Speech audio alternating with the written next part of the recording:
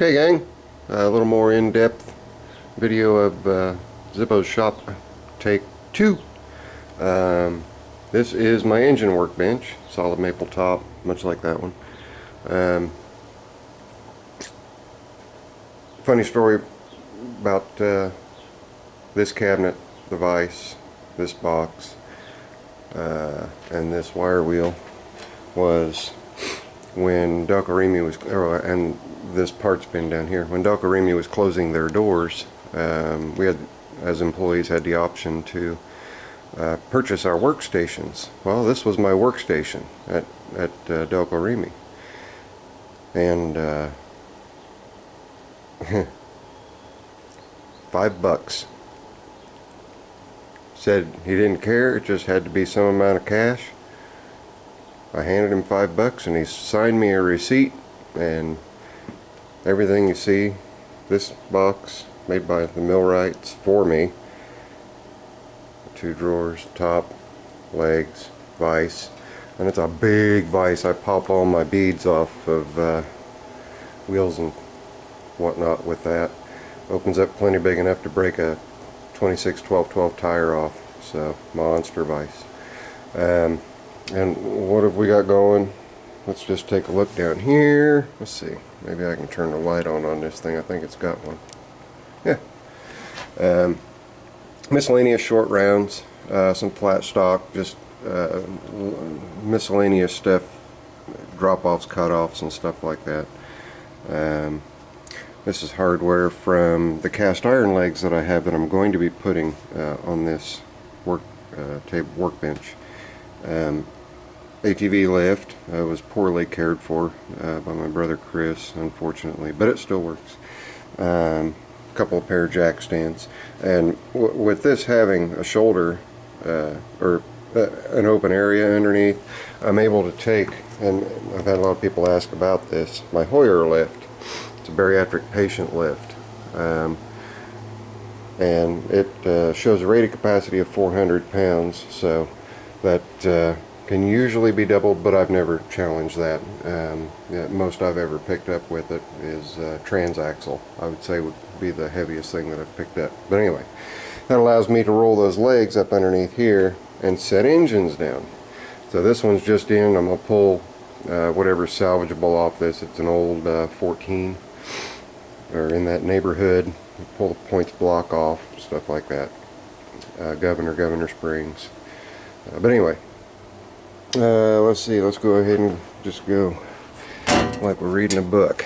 Here we've got my wonderful Harbor Freight chainsaw sharpener for my smaller chains, and back here a pair of knee pads and some automotive and paint finish doodads are in there, as well as my pool ball cleaning apparatus. That partial bucket down there, I put my pool balls in there, and a compound and a special buffing bonnet, and just run the heck out of the buffer, and it cleans my pool balls from my pool table. But anyway, alright, now the grinder was a rummage sale find for $5. I mounted the switch because it just had a standard plug-in. Love these types. Everything's out of the way, you don't have a big motor in your way. I really like them, really like them. This is a box, in bed toolbox, and really deep, opens up quite a ways, and it looks like my liner is sliding. I had a guy that needed some speakers installed in his truck, and after I was done, he says, "Well, what do I owe you?" And I said, "You use that toolbox bolted to the back of your truck?" He says, "No, it's just always in my way." I said, "I'll take that for payment." So got this. I don't know why I snapped that. I don't like having it snapped. It's too hard to get into.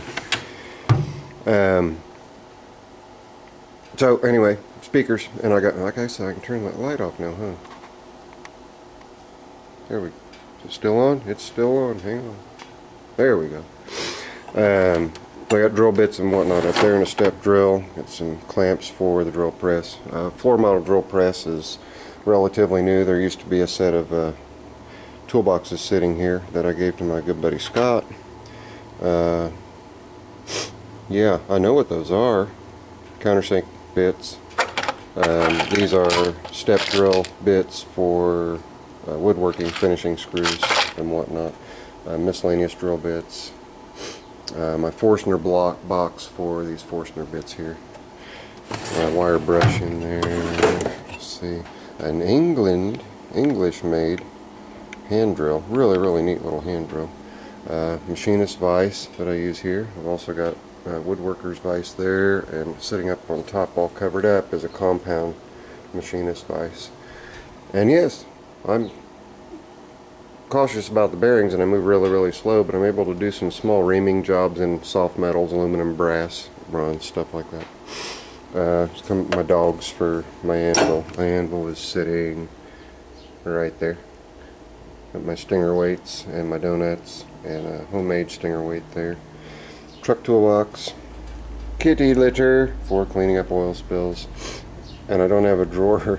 I gotta find a drawer big enough to put that in. Sounds like someone's pulling up here. That's my leak down tester. So that takes you from here over to here. Wire wheel, reversible, and I'm still, see, after 2001 was when I got all of this. So we're looking at 14 years, and I got 2 boxes of these brushes, and I've still got 4 left, so I'm eventually going to start buying them. And they're expensive, they're like $6-7 a brush. So anyway, alright, in here, I'm not going to open every drawer. We got nuts and bolts, nuts, washers, lock washers, specialty nuts, sheet metal screws, wood screws, nails, spare files. These are the files I use most often. Spare files. This video is getting long. Okay, woodworking, dowels, pins, pegs, stuff like that. Deburring tools, grinding stones, wire wheels, bushings of all sorts. All my clevis pins and cotter pins. Points, spark plugs, automotive drawer, battery terminals, stuff to that effect. More electrical, automotive, light bulbs, just miscellaneous Briggs starter parts, block and tackles, D-rings, just some miscellaneous stuff in there. Sealers, adhesives, DC electrical, pipe fittings, and air compressor checks. And this is just a bunch of little miscellaneous stuff. Cotter pins,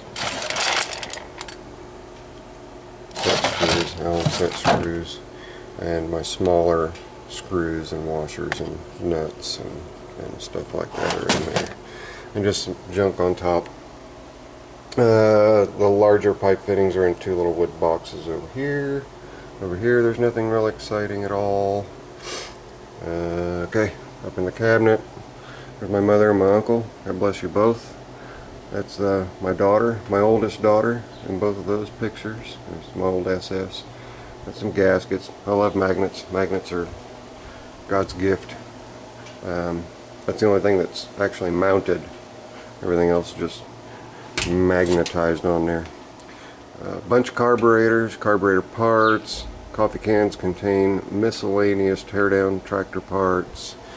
Old RCA, forehead VCR.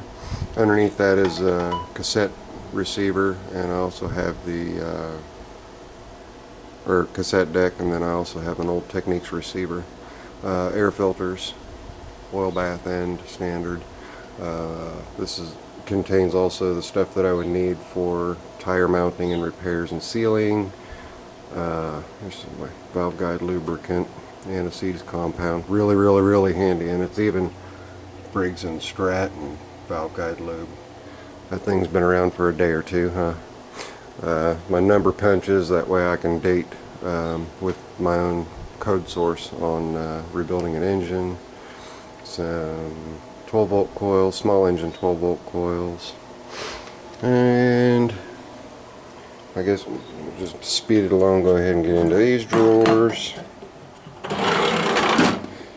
miscellaneous. This is I use for siphoning. I've also got a big syringe in here used for siphoning or for integrating gas into something. If I'm just seeing if it's going to spark. Filters, shutoffs. It's all carburetor gas fuel related. Just a miscellaneous catch-all. My vacuum pump, brake bleeder, just overflow junk. I don't keep this real organized. And over here, oh, and I made these locks too. You take and you put one in the bottom hole, and because we were only allowed 2 padlocks, one in the bottom hole, I'm sorry, and then slide that over, and you just put a padlock there and it locks both drawers. So came up with that idea. Found a couple pieces of nickel silver and had a couple of the machinists weld me up some heavy washers, and then we heat treated this so that it would be hard for somebody to cut through that. Hose clamps, pipe clamps,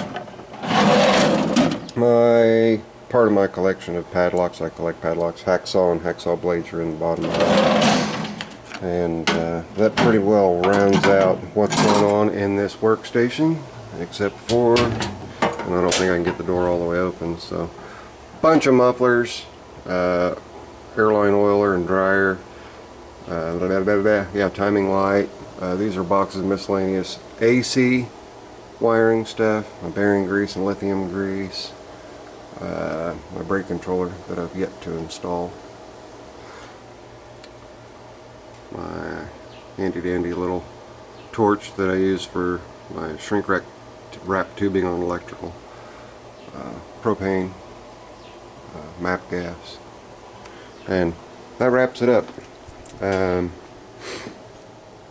That is that workstation.